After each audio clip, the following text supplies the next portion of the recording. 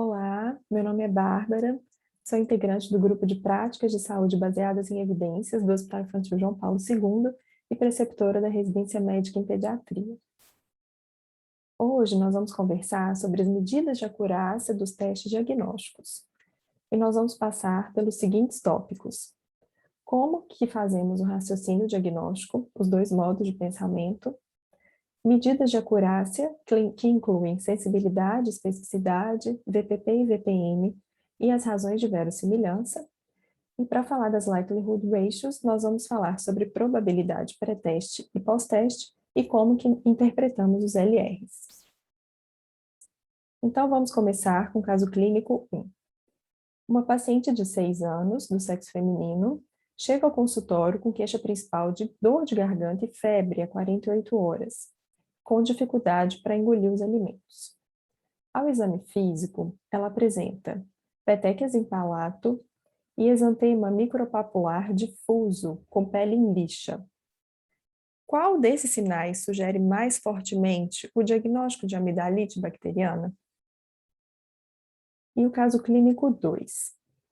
Um lactente jovem, internado com febre sem sinais localizatórios, que você solicita um exame de urina para investigar a infecção do trato urinário. Você sabe quais os melhores parâmetros do EAS para confirmar ou excluir a ITU?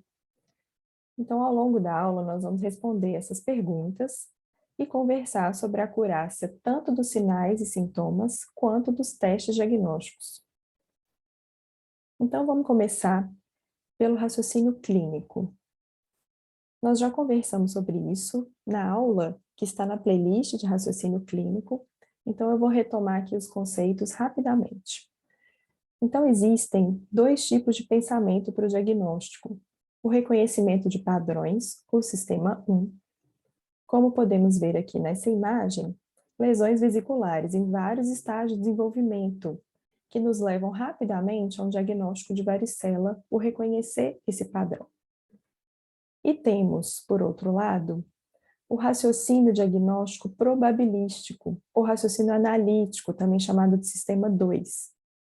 Aqui, ilustrado como um exantema micropapular, em que não é possível fazer um diagnóstico só de bater o olho. É necessário uma análise ou deliberação desse caso como um todo, para que se possa chegar num diagnóstico. E o foco dessa aula, então, será sobre a abordagem probabilística para o diagnóstico clínico, ou seja, essa forma de atuação do sistema 2. Nós vamos detalhar o processo do uso de probabilidades para estimar quais diagnósticos potenciais mais prováveis em uma lista inicial, através do uso de sinais clínicos e de testes diagnósticos, para aumentar ou para diminuir a probabilidade das doenças baseados em evidências. No século passado, a maioria dos diagnósticos eram definidos pela observação dos sinais à beira do leito. Atualmente, apesar de ainda fazermos isso, temos muita tecnologia disponível. E como devemos nos orientar para usar tantos recursos disponíveis de forma custo-efetiva? Qual que é o valor diagnóstico dos achados no exame físico e dos testes diagnósticos? Então, vamos conversar um pouquinho sobre a acurácia e conhecer algumas definições sobre probabilidades para entender melhor sobre isso. Bom, começando por acurácia. A acurácia de um teste diagnóstico é quando o seu resultado se aproxima da verdade, ou seja, de um teste de referência, de um padrão ouro, como uma biópsia, cirurgia, autópsia ou acompanhamento de longo prazo. A acurácia nos informa o quanto que um teste pode identificar corretamente as pessoas com uma determinada doença e excluir as pessoas que não têm a doença.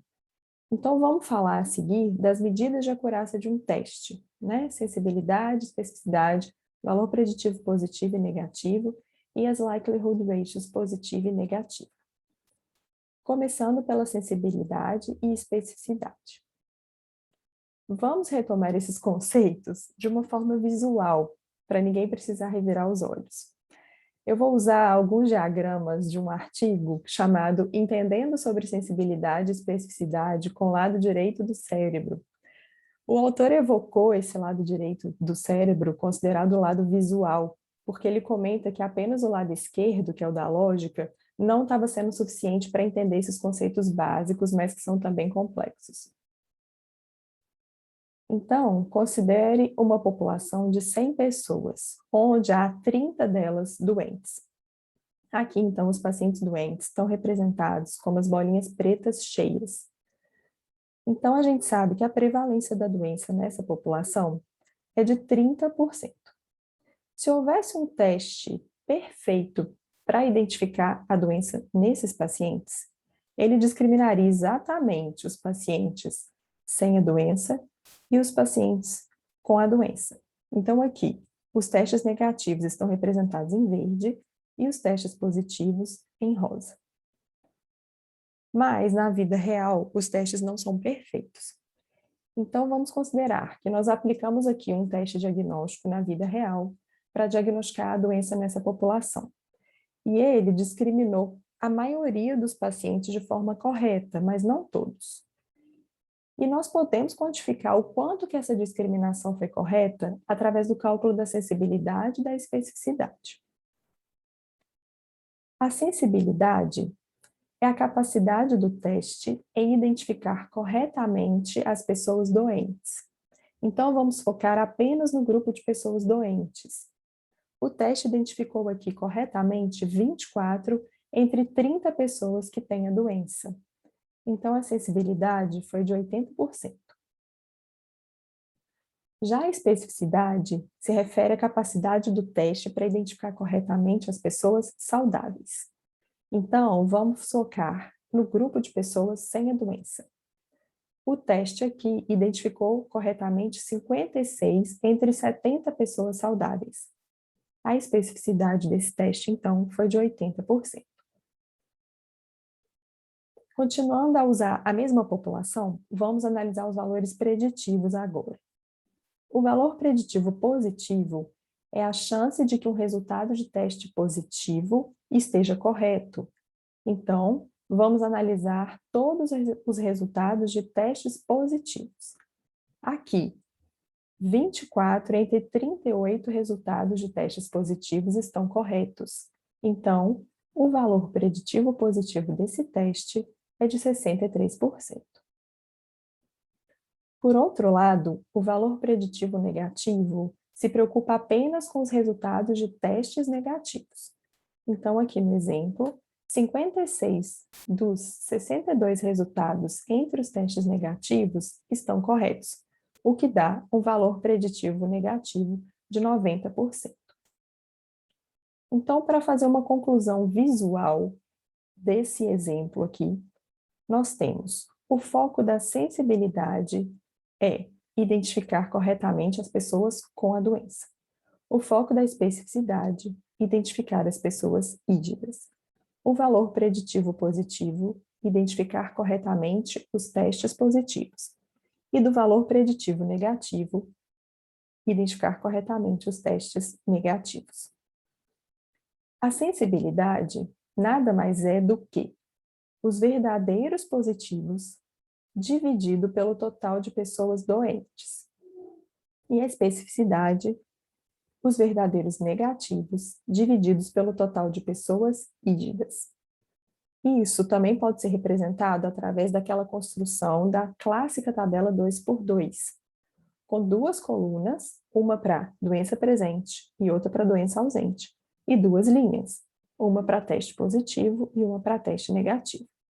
Essas linhas e colunas criam 4 caixinhas, uma para os verdadeiros positivos, quando a doença e o teste são positivos, uma para os falsos positivos, quando o teste é positivo, mas a doença está ausente, um para os falsos negativos, quando o teste está negativo, mas a doença está presente, e um para os verdadeiros negativos, teste negativo e doença ausente. Cada taxa dessas, ela é representada em números absolutos, então ela possibilita avaliar quantos pacientes podem ser prejudicados no total. Então permite inferir qual que é o impacto clínico desse diagnóstico. Quanto maior for a sensibilidade do teste, menor é o número de falsos negativos. que a gente pode ver representado aqui, então, verdadeiros positivos sobre o total de doentes. E quanto maior a especificidade, menor é o número de falsos positivos. O Sackett e os colaboradores, eles sugeriram os mnemônicos para lembrar dessas características de sensibilidade e especificidade. O SNOUT seria um teste muito sensível, quando negativo, descarta a doença. Um exemplo disso poderia ser a dor de ouvido para otite média aguda. Ela tem sensibilidade de 100%. Então, se uma criança com dor de ouvido para otite média aguda, vai ter esse diagnóstico. Se ela não tiver esse sintoma, você praticamente descarta a otite média aguda. E o outro mnemônico seria SPIN. O teste específico, quando positivo, confirma a doença. E o exemplo aqui seria, por exemplo, o racha escarlatiniforme, que tem uma especificidade alta. Para diagnosticar amidalite estreptocócica, se você tiver esse achado, então ele vai praticamente confirmar a sua doença. Porém, nem todos os testes são tão sensíveis e específicos. E muitas vezes a gente encontra valores de sensibilidade e especificidade intermediários, como estes aqui, do tempo de enchimento capilar para detectar uma desidratação de 5% numa criança. Então, com isso, fica um pouco difícil de usar na prática esses conceitos de sensibilidade e especificidade. Eles não são dados que nos ajudam diretamente na determinação do quanto um sinal ou quanto um teste diagnóstico pode ajudar a confirmar ou descartar uma doença. Mas existe um jeito mais fácil de usar as propriedades de um teste na prática, que é a cereja do bolo dessa aula, né, que são as LR. Então, para a gente entender bem esse conceito de LR, a gente precisa primeiro começar pelo conceito de probabilidade pré-teste. A probabilidade pré-teste é a probabilidade de doença, ou seja, é a prevalência. Antes de se aplicar um achado clínico ou resultado de teste diagnóstico, a gente tem a probabilidade pré-teste, que nada mais é do que a quantidade ali de pacientes, né, tanto os verdadeiros positivos quanto os falsos negativos, ou seja, todos aqueles que têm a doença, sobre o total de pacientes, tanto doentes quanto não doentes. Então, a gente pode encontrar na literatura alguns exemplos de probabilidade pré-teste. Então, quando a gente estiver com algum paciente e quiser saber, né, qual que é a prevalência, né, naquela população, existem vários locais em que a gente pode fazer essa consulta. Aqui eu trouxe um exemplo, então, de prevalência de UTU febril, que varia de acordo com o gênero e de acordo com a idade. Então, a gente pode ver uma alta prevalência em meninos menores de 3 meses, né? E uma prevalência em meninas que é mais constante ali em menores de 12 meses, não varia tanto nos menores de 3 meses em relação aos maiores de 3 meses.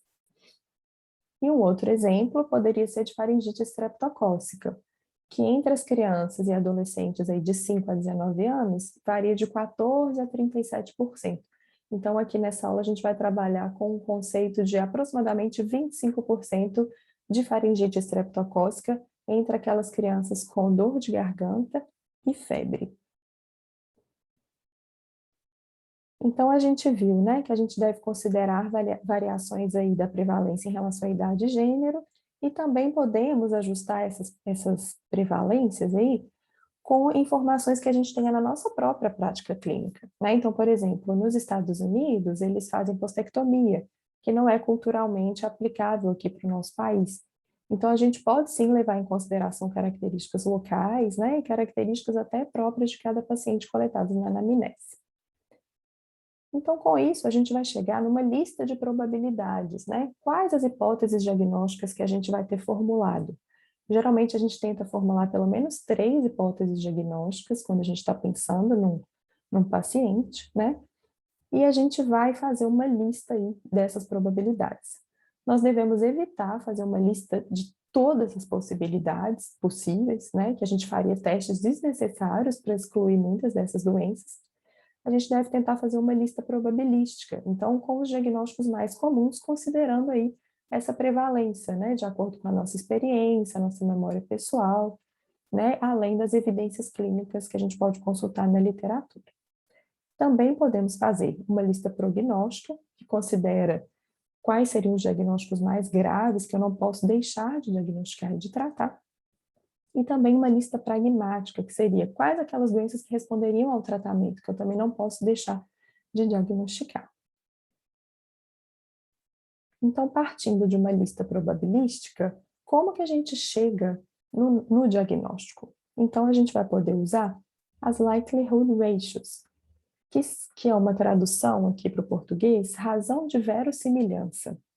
Essa palavra verossimilhança, o sinônimo dela é probabilidade.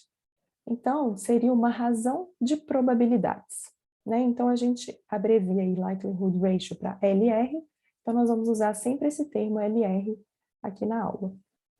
Então, a razão de verossimilhança, tanto de um sinal de exame físico quanto de um teste diagnóstico, é a proporção de pacientes com a doença que tem um achado particular, ou exame físico ou teste diagnóstico, dividido pela proporção de pacientes sem a doença que também tem aquele mesmo achado.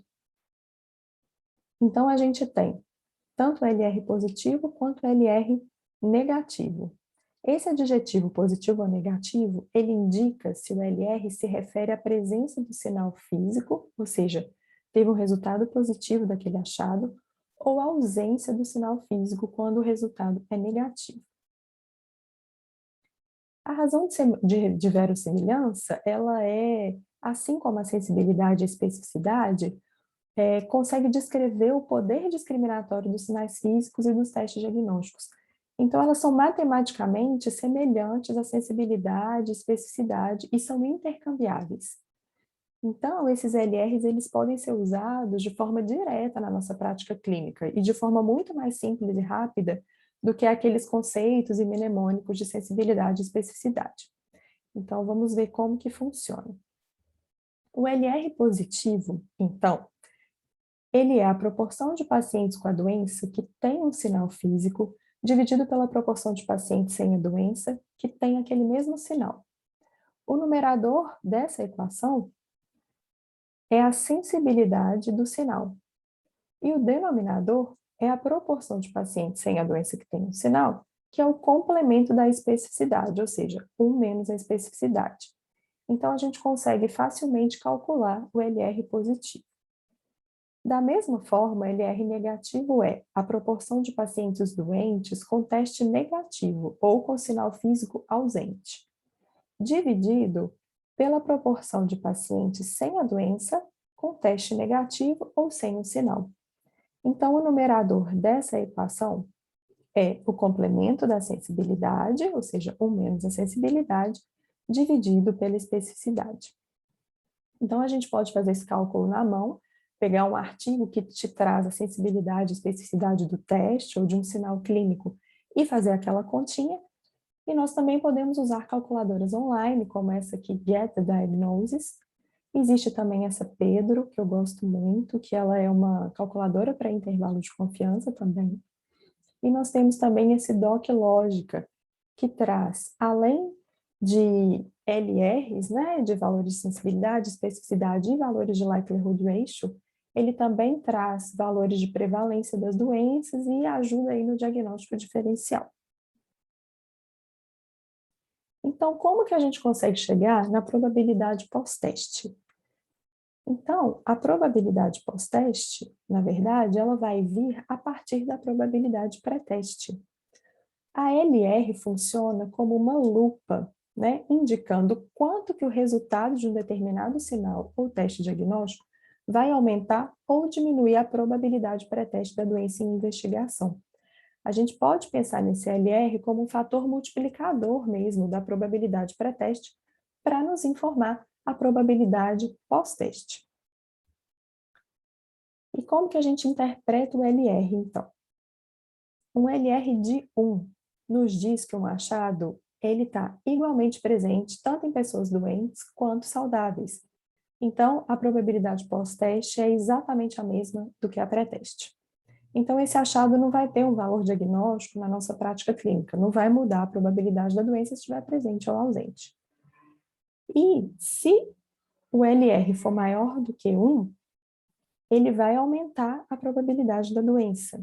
E o LR menor do que 1 vai diminuir a probabilidade da doença. Quanto maior a LR positivo, mais a presença desse achado aumenta a probabilidade da doença na avaliação do seu paciente. E se o achado tiver um LR maior do que 10, ele vai ter um indício assim, muito forte da presença da doença. E quanto mais baixa a LR, mais a ausência desse achado diminui a probabilidade da doença estar presente. Então, um LR negativo de 0,1 ou abaixo, ele também vai ter um forte indício de ausência da doença. Aqui temos o nomograma de Fagan.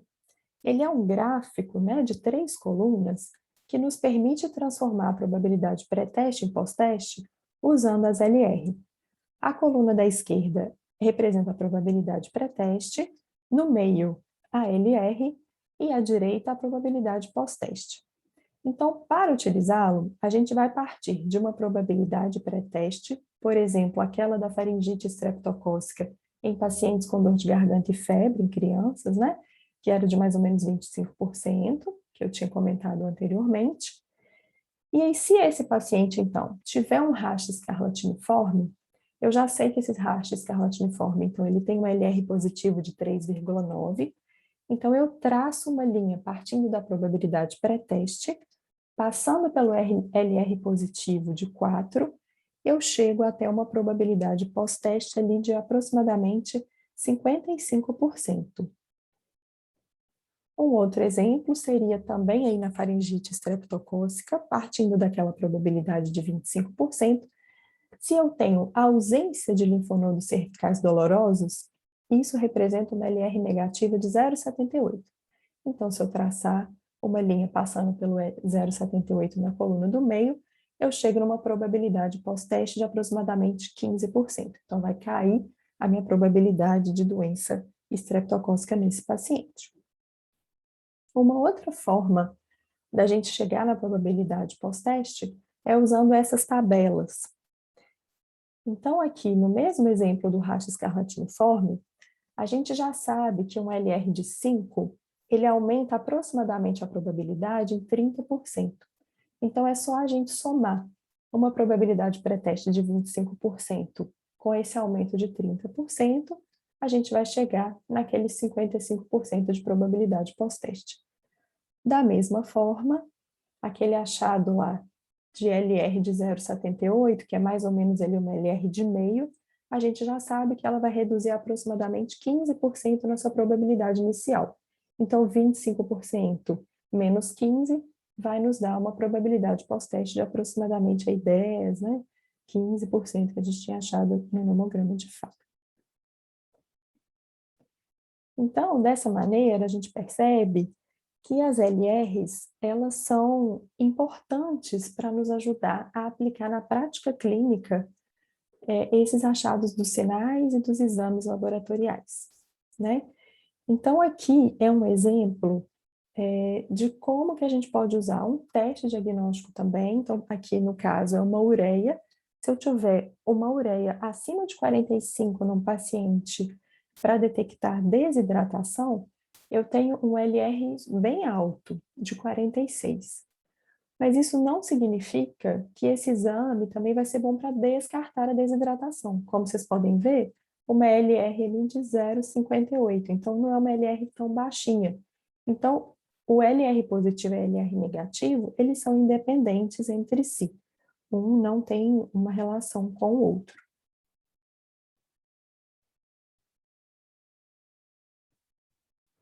Então, vamos voltar lá no caso clínico do início. Entre aqueles sinais clínicos citados da paciente, a gente tem que o raste escarlatiniforme é o com maior LR positivo, de 4.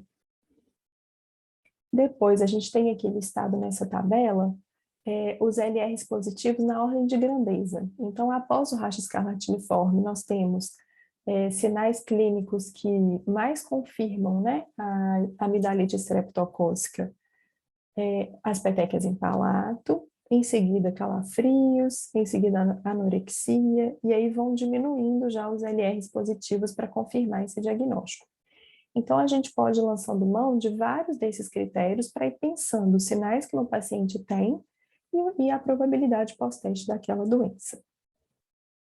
Aqui, o segundo exemplo do caso clínico, que era de infecção do trato urinário. Então, nós temos aqui, por exemplo, o nitrito positivo tem um LR positivo bem alto também, de 26. Então, se eu tiver nitrito positivo no exame de urina, ele vai aumentar bastante a minha probabilidade pós-teste. Da mesma forma, se eu encontrar bactéria no grão de gota de urina, eu também vou ter ali um LR positivo de 4,76, podendo aumentar bastante a nossa probabilidade pós-teste. E aqui, mais um exemplo de otite média aguda, que tem likelihood ratios, assim, impressionantes, né? Então, a gente pode ver uma membrana timpânica abaulada num paciente menor de 2 anos tem um LR positivo de 51, que é o LR mais alto, né? A gente sabe que esse sinal físico é bem importante para o diagnóstico de otite média aguda.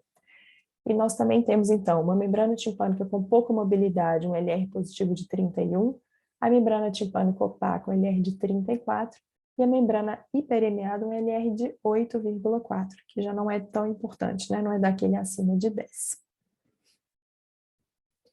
Então, a partir dessa descoberta da probabilidade pós-teste, nós devemos compará-la com alguns limites de atuação clínica. O limiar de teste é aquele limiar abaixo do qual o diagnóstico seria considerado excluído, sem precisar de mais exames para descartar a doença.